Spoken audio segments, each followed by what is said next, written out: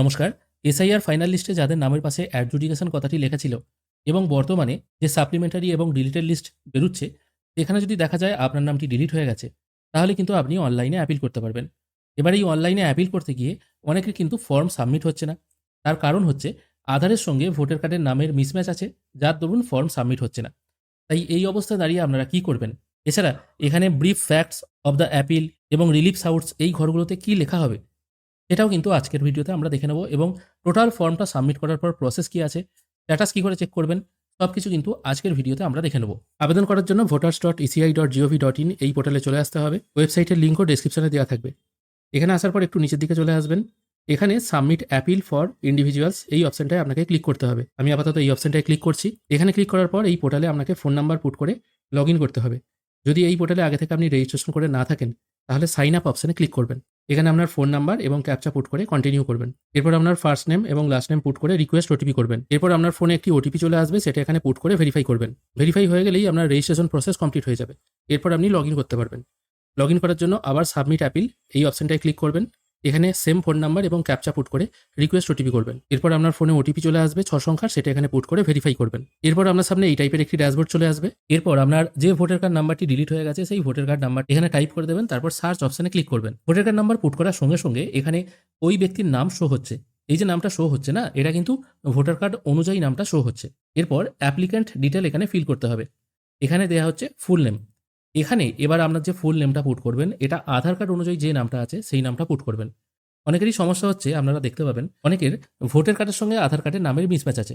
তার ফলে তারা ভাবছেন আমরা অনলাইনে অ্যাপিল করলে আদৌ হবে কিনা, বা অনেকে হয়তো অ্যাপিল করছেন কিন্তু শেষকালে গিয়ে আটকে যাচ্ছেন, কারণ আধার কার্ডের সঙ্গে ভোটার কার্ডের নামের মিসম্যাচ আছে। এই জন্য এই ফুল নেমের জায়গায় যদি আপনাদের ভোটার আর আধার দু জায়গায় নাম সেম থাকে, তাহলে তো এখানে যে কোনো একটা নাম পুট করে দিলেই হবে। যেমন এই ব্যক্তির নাম হচ্ছে অশোক সাউ। এই ব্যক্তির আধার কার্ডে নাম আছে ASOK, আর এখানে ভোটার কার্ডে করা আছে কি ASHOK। ঠিক আছে?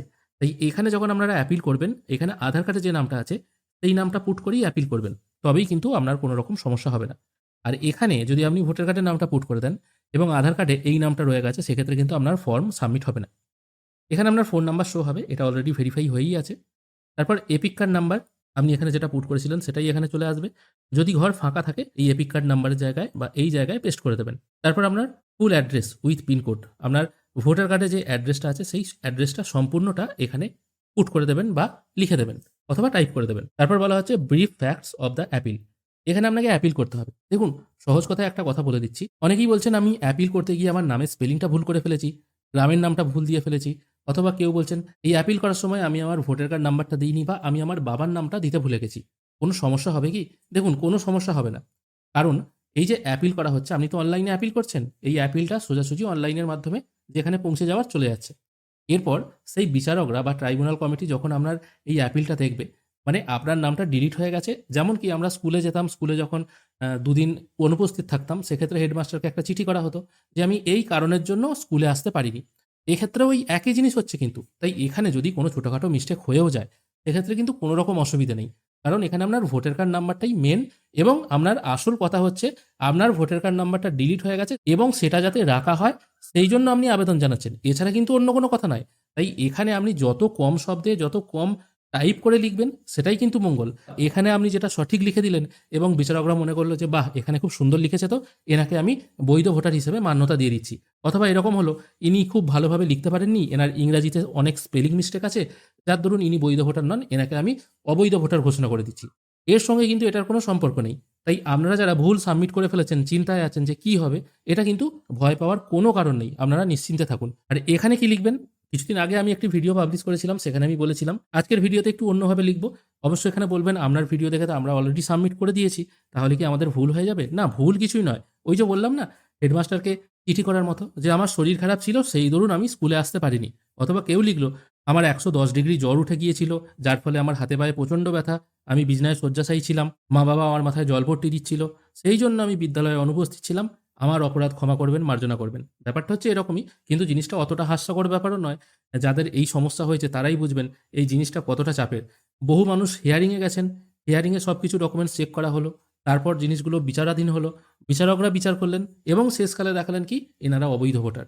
তাই যাদের কষ্ট তারাই বুঝছেন, এই ফিলিংসটা হয়তো অনুভবও করতে পারবেন না। যেমন এখানে আমি একটি কথা লিখেছি, অবশ্যই এটা যেটা আমি লিখছি এটা আমি ডেসক্রিপশনে লিঙ্ক দিয়ে রাখবো, এখান থেকে সোজাসুজি কপি পেস্ট করে দিতে পারবেন। এখানে প্রথম তারপর যে নির্বাচকের এই সমস্যা হয়েছে তার নামটা হবে, তিনি একজন আবেদনকারী, তিনি আবেদন করছেন যে তিনি ভারতবর্ষেরই বাসিন্দা। এখানে যে ফুল অ্যাড্রেস দেওয়া হচ্ছে ওই অ্যাড্রেসেরই বা ওই ঠিকানারই উনি একজন স্থায়ী বাসিন্দা।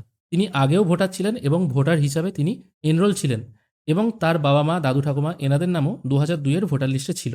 এবার আপনাদের বাবা মা যার নামটা থাকবে সেইগুলো রেখে বাকিগুলো এখান থেকে মুছে দিতে পারেন। দেখা গেল যে আপনার বাবা মায়ের নাম হয়তো আছে, দাদু ঠাকুমার হয়তো থাকলেও থাকতে পারে অথবা নাও থাকতে পারে। দেখা গেল হয়তো শুধু আপনার বাবার আছে। সেক্ষেত্রে যার নাম আছে বা যার নাম ধরে বা যাকে প্রয়োজনী হিসাবে আপনি ম্যাপিং করেছিলেন তার সম্পর্কটা এখানে রেখে বাকিগুলো আপনারা ডিলিট করে দেবেন। তাদের 2002 সালে নাম ছিল এবং আপনিও একজন সঠিক ভোটার ছিলেন।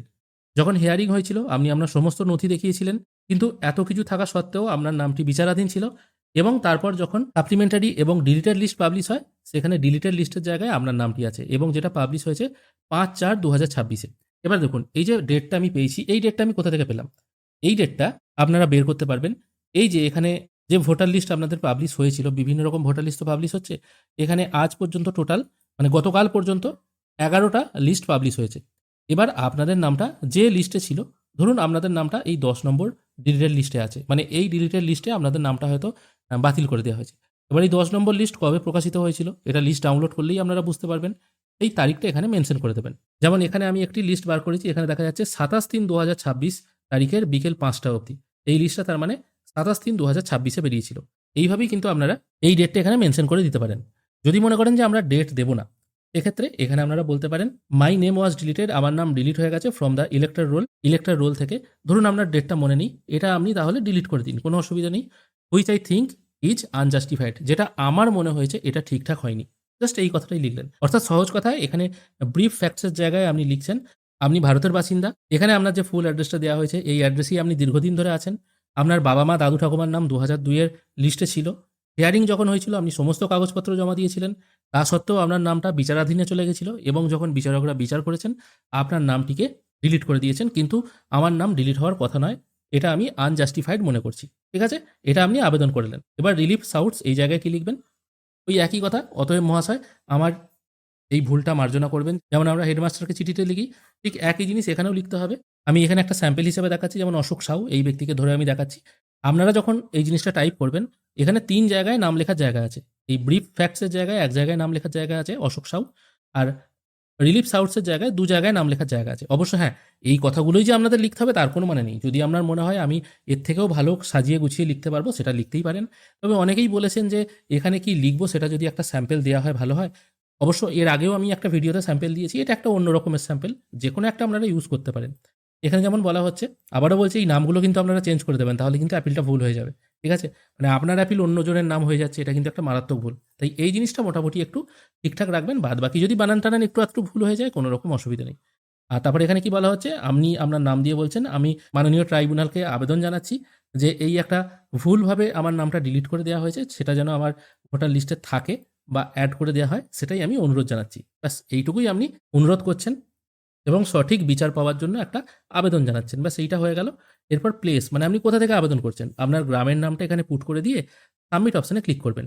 আর এখানে এই কথাগুলো কিন্তু আমি ডেসক্রিপশনে দিয়ে রাখবো, ওখান থেকে আপনারা পেয়ে যাবেন। এরপর আপনারা আধার সাইন করতে পারবেন এখান থেকেই। এখানে আপনার আধার কার্ড নাম্বারটা পুট করবেন, তারপর গেট ওটিপি করবেন।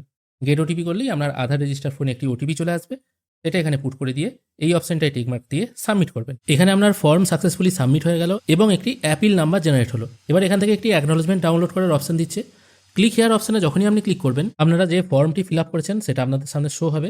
এখানে আপনার নাম, আপনার ভোটার কার্ড নাম্বার সব কিছু শো হবে এবং যেগুলো আপনি টাইপ করলেন সেগুলোও কিন্তু এখানে লেখা থাকবে। পেজটিকে একটু উপরের দিকে তুললে আপনারা নিচের দিকে এই ক্যান্ডিডেটের নাম, তার voter card number, phone number, full address সবটা দেখতে পাবেন। এটা হচ্ছে এই পেজের সেকেন্ড পাতা। এখানে সেকেন্ড পাতায় আপনারা দেখতে পাবেন একটি সিগনেচার করার জায়গা আছে আর আপনি কবে আবেদন করেছেন, কোথা থেকে আবেদন করেছেন এটা দেখতে পাবেন।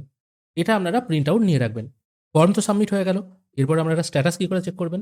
একই রকমভাবে মেন ওয়েবসাইটে চলে আসবেন, তারপর ট্র্যাক অ্যাপিল এই অপশানে ক্লিক করবেন। এখানে ক্লিক করার পর ট্র্যাক অ্যাপিল ফর ইন্ডিভিজুয়ালস এই অপশানটায় ক্লিক করবেন। এখানে আপনার ভোটার কার্ড নাম্বার পুট করে সার্চ করবেন। এখানে যেমন আমি ভোটার কার্ড নাম্বার পুট করলাম, এখানে অ্যাপিল আইডি শো হচ্ছে, ভোটার কার্ড নাম্বারও শো হচ্ছে, স্ট্যাটাস দেখাচ্ছে পেন্ডিং। এখানে একটি অপশন পেয়ে যাবেন ভিউ। এই ভিউ অপশনে যখনই ক্লিক করবেন আপনারা যে ফর্মটা ফিল আপ করেছেন ওখানে যে সমস্ত তথ্যগুলো দিয়েছেন সেগুলো সব কিন্তু এখানে শো হবে। এবার এখান থেকে একটি ডাউনলোড অপশন পেয়ে যাবেন। যখনই এই অপশনটায় ক্লিক করবেন, আপনারা এই যে অ্যাকনোলেজমেন্টটি এটা কিন্তু আবারও ডাউনলোড করতে পারবেন। অনেক জায়গায় দেখা যায় আপনারা হয়তো ফর্ম সাবমিট করে দিয়েছেন, কিন্তু অ্যাকনোলেজমেন্ট নাম্বার লিখে রাখতে ভুলে গেছেন অথবা এটাকে প্রিন্ট আউট করে রাখতে ভুলে গেছেন। সেক্ষেত্রে ওই ভোটার কার্ড নাম্বারের মাধ্যমে আপনারা কিন্তু আবারও এই অ্যাকনোলেজমেন্ট বা অ্যাপিল কপিটা ডাউনলোড করতে পারবেন। আশা করি আমাদেরকে ভালোভাবে বোঝাতে পারলাম যাদের নাম ডিলিট হয়ে গেছে তারা অনলাইনে কী করে অ্যাপিল করবেন। আজকের ভিডিও এখানেই শেষ করছি। ভিডিও যদি ভালো লেগে থাকে অবশ্যই একটি লাইক করবেন। ভিডিও দেখার জন্য অসংখ্য ধন্যবাদ। ভালো থাকবেন।